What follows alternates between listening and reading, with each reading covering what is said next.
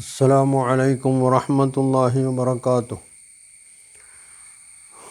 الحمد لله والصلاة والسلام على رسول الله وعلى آله وصحبه الفائزين برضا الله أما بعد. സഹോദരങ്ങളെ, ഇനി 74-ാമത്തെ അധ്യായം സൂറത്ത് മുദ്ദസിറിലെ 13, 14 ഈ ആയത്തുകളെ സംബന്ധിച്ച് ജബ്ബാർ പറയുന്ന കാര്യം, വബനി വജഅൽതു ലഹു മാലം മംദൂദൻ, ഇതാണ് 12-ാമത്തെ ആയത്ത്. ഇതിനെ സംബന്ധിച്ചാണ് കഴിഞ്ഞ എപ്പിസോഡിൽ പറഞ്ഞത്. അവന് നാം ധാരാളം സമ്പത്ത് നൽകി, വർദ്ധിത സമ്പത്ത് നൽകി. തുടർന്ന് 13-ാമത്തെ ആയത്തിൽ പറയുന്നത് വബനീന ഷുഹൂദ, സാക്ഷികളായി മക്കളെയും നൽകി. ഷുഹൂദ് എന്ന് പറഞ്ഞാൽ സാക്ഷികൾ എന്ന് പറയാം. കൺമുമ്പിൽ നിരന്നു നിൽക്കുന്ന, കാണാൻ പറ്റുന്ന വിധത്തിൽ കൺകുളിർമ നൽകുന്ന വിധത്തിലുള്ള സാക്ഷികൾ, തൻ്റെ അടുത്ത് സന്നിഹിതരാവുന്ന മക്കൾ എന്നും പറയാം.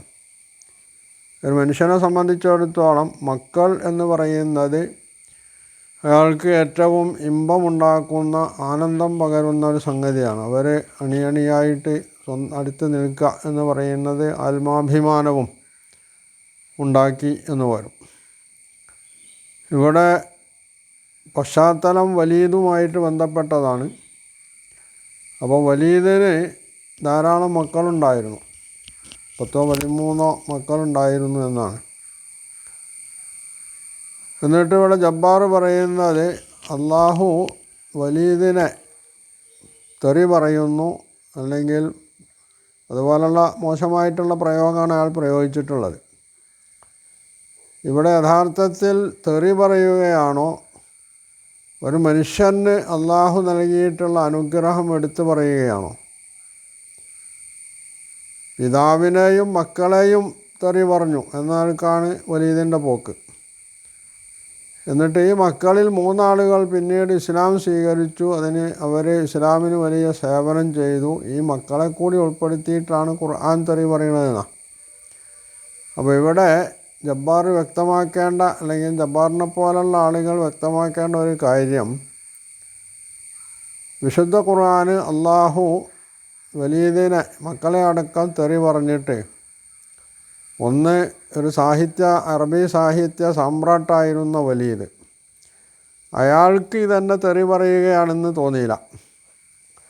അതിനു പുറമെ അദ്ദേഹത്തിൻ്റെ മക്കൾ, ഇസ്ലാം സ്വീകരിച്ചു എന്ന് പറയുന്ന ഖാലിദ് ബിനുൽ വലീദ് പോലുള്ള മക്കൾ, അവർക്കും തോന്നിയില്ല ഇത് തങ്ങളുടെ പിതാവിനെയും തങ്ങളെയും ഒക്കെ തെറി പറയാണ്. അതുകൊണ്ടാണല്ലോ അവർ പിന്നീട് ഇസ്ലാം സ്വീകരിക്കുന്നത്.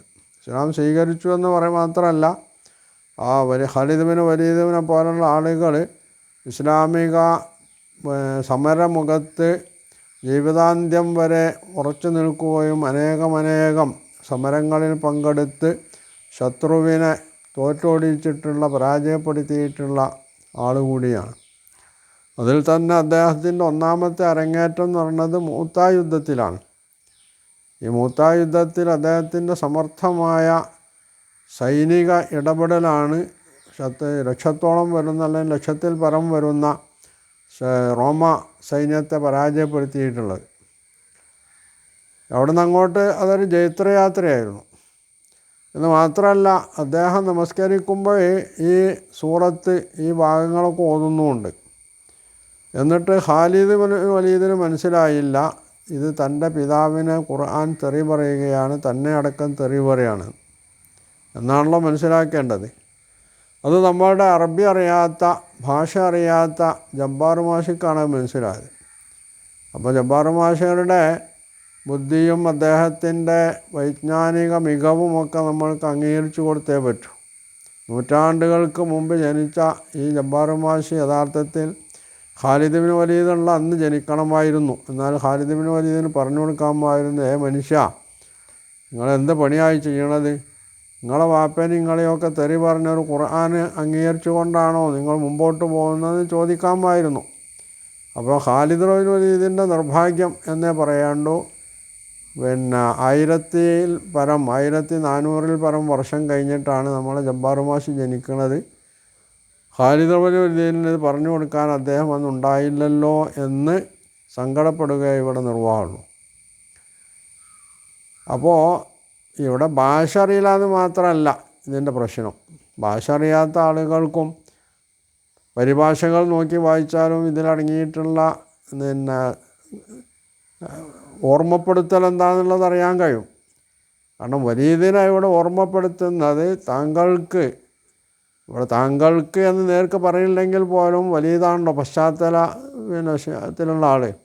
അപ്പോൾ താങ്കൾക്ക് സമ്പത്ത് നൽകി, താങ്കൾക്ക് സന്താനങ്ങളെ നൽകി, ഈ അനുഗ്രഹങ്ങളൊക്കെ നൽകിയിട്ട് ഇതൊക്കെ നൽകിയ ദാതാവിനെ ധിക്കരിക്കുകയും ഈ അനുഗ്രഹങ്ങൾക്ക് നന്ദി പ്രകാശിപ്പിക്കുന്നതിന് പകരം നന്ദികേട് കാണിക്കുകയും ചെയ്യുക എന്നത് മനുഷ്യത്വപരമാണോ ബുദ്ധിപരമാണോ മാന്യതയാണോ എന്നുള്ളൊരു ചോദ്യമാണ്. ഈ ചോദ്യത്തിന് ഒരിക്കലും വലീദ് മറുപടി പറഞ്ഞിട്ടില്ല. കാരണം വലീദിനത് അറിയാം. എന്ന് മാത്രമല്ല മറ്റ് സൗകര്യങ്ങൾ കൂടി ചെയ്തു കൊടുത്തു എന്നാണ് പിന്നീട് പറയുന്നത്. മഹത്തുലഹു തംഹീദ. മഹദ് എന്ന് പറഞ്ഞാൽ തൊട്ടിൽ എന്നാണ് പറയുക. ഒരു കുട്ടി, ആ കുട്ടിയുടെ ശൈശവ ജീവിതത്തിൽ ശിശുവായിരിക്കെ ആ കുട്ടിക്ക് സുഖമായിട്ട് ഉറങ്ങാൻ, അതുപോലെ ഉണർന്നിരിക്കുകയാണെങ്കിൽ തന്നെ ആ കുട്ടിക്ക് സന്തോഷപൂർവ്വം മലർന്ന് കിടന്ന് ആസ്വദിക്കാനൊക്കെ പറ്റിയൊരു സംവിധാനമാണ് തൊട്ടിലെന്ന് പറയുന്നത്. അപ്പോൾ ഇവിടെ വലീദിനെ സംബന്ധിച്ചിടത്തോളം അല്ലെങ്കിൽ വലീദിന് സമാനരായിട്ടുള്ള ആളുകൾക്ക് ഈ ഭൂമിയിലെ ജീവിതത്തിൽ സമ്പത്തും സന്താനവും മറ്റൊരുപാട് സൗകര്യങ്ങളും, ഒരാൾക്ക് സമ്പത്തുണ്ട് സന്താനമുണ്ട് എന്നതുകൊണ്ട് മാത്രം അയാൾ ഭാഗ്യവാനാവണം, സംതൃപ്തനാവണം എന്നില്ല. അതോടൊപ്പം അയാൾക്ക് ആസ്വദിക്കാൻ പാകത്തിൽ ഇതൊക്കെ ഉപയോഗപ്പെടുന്ന തരത്തിൽ ഇതൊക്കെ സമാധാനവും സന്തോഷവും നൽകുന്ന വിധത്തിലുള്ള സാഹചര്യങ്ങൾ ഒരുങ്ങേണ്ടതുണ്ട് ജീവിതത്തിൽ. അതുപോലുള്ള മാനസികമായിട്ട് ഉല്ലാസം വേറെ കിട്ടേണ്ടതൊക്കെ കിട്ടണം. ഇങ്ങനെയുള്ള എല്ലാ സൗകര്യങ്ങളും മഹത്തുലഹു തംഹീദ. മഹദ തംഹീദൻ എന്ന് അറബിയിൽ പറഞ്ഞാൽ വളരെ കൂടുതലായിട്ട് പ്രസ്താവ്യമായ രീതിയിൽ അത് നൽകിയെന്ന ഈ സൗകര്യങ്ങൾ ചെയ്തു കൊടുത്തു എന്നാ. കാരണം മക്കയിലെ ജനങ്ങളുടെ കൂട്ടത്തിൽ ഏറ്റവും സമ്പന്നനും ജനകീയ സ്വാധീനമുള്ള ആളും ജനങ്ങൾക്കിടയിൽ പ്രതാപവും അന്തസ്സുമൊക്കെ അഭിജാത്യവുമൊക്കെ ഉയർത്തിപ്പിടിച്ച് നെഞ്ച് വിരിച്ചുകൊണ്ട് നടക്കാൻ പറ്റുന്നൊരവസ്ഥയിലാണ് വലീദുണ്ടായിരുന്നത്. അപ്പോൾ അതുകൊണ്ടാണ് വലീദ് അബൂബക്കർ റളിയല്ലാഹു അൻഹുവിൻ്റെ അടുത്ത് ചെന്ന്, അല്ലെങ്കിൽ നബി സല്ലല്ലാഹു അലൈഹി വസല്ലമയുടെ അടുത്ത് ചെന്ന്, രണ്ട് രീതിയിലും ചരിത്രത്തിൽ കാണാൻ കഴിയും. ഖുർആൻ കേട്ട് അതിൽ ആകൃഷ്ടനായി തിരിച്ചു പോന്നപ്പോൾ ഈ വലീദ് ഇസ്ലാമിലേക്ക് പോയാൽ, ഇസ്ലാം സ്വീകരിച്ചു കഴിഞ്ഞാൽ മക്കയിലെ ജനം മൊത്തത്തിൽ തന്നെ ഇസ്ലാമിലേക്ക് വഴിമാറിപ്പോകും എന്ന് ആശങ്കപ്പെട്ടുകൊണ്ടാണ് അബൂജഹൽ വലീദിനെ ഇതിൽ നിന്ന് പിന്തിരിപ്പിക്കാൻ ശ്രമിക്കുന്നത്.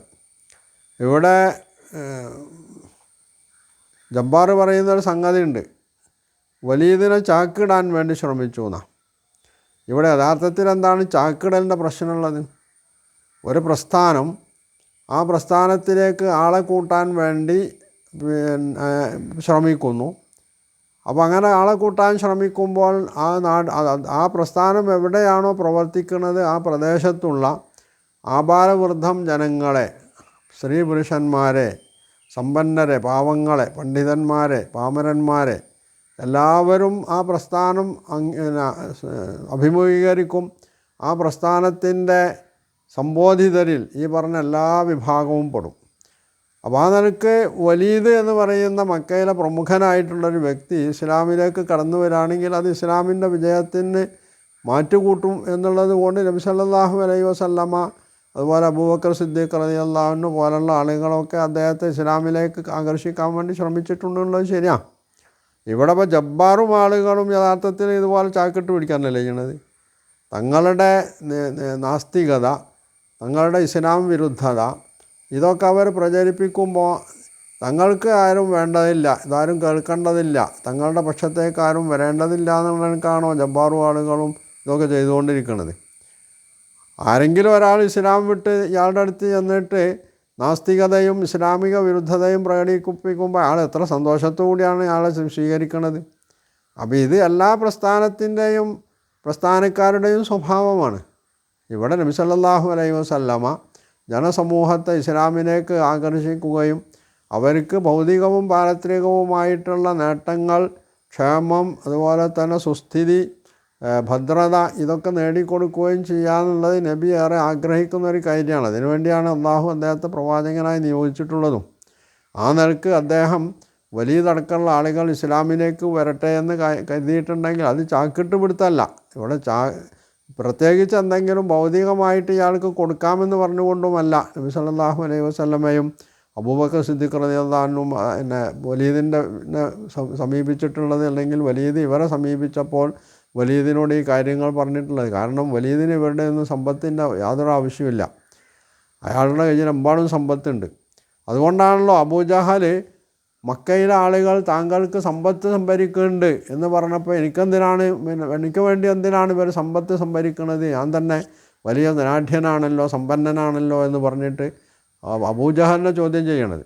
ഇതൊക്കെ ജബ്ബാർ പറയുന്നുണ്ട്.